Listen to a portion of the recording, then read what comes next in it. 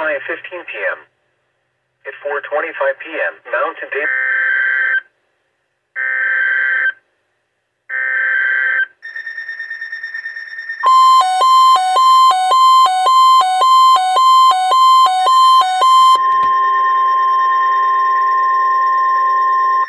The National Weather Service in Pueblo has issued a severe thunderstorm warning for west central El Paso County and east central Colorado until 5 p.m.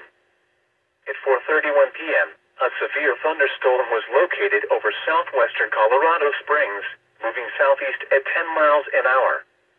Hazard: quarter-size hail. Source: public. Impact: damage to vehicles is expected. Locations impacted include southern Colorado Springs, Fountain, Stratford, Fort Carson, Security, Peterson Air Force Base, Security Whitefield, and Cimarron Hills. A tornado watch remains in effect until 9 p.m. for east central Colorado.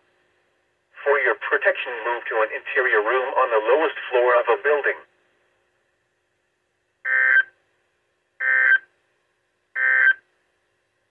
The National Weather Service in Pueblo has issued a severe thunder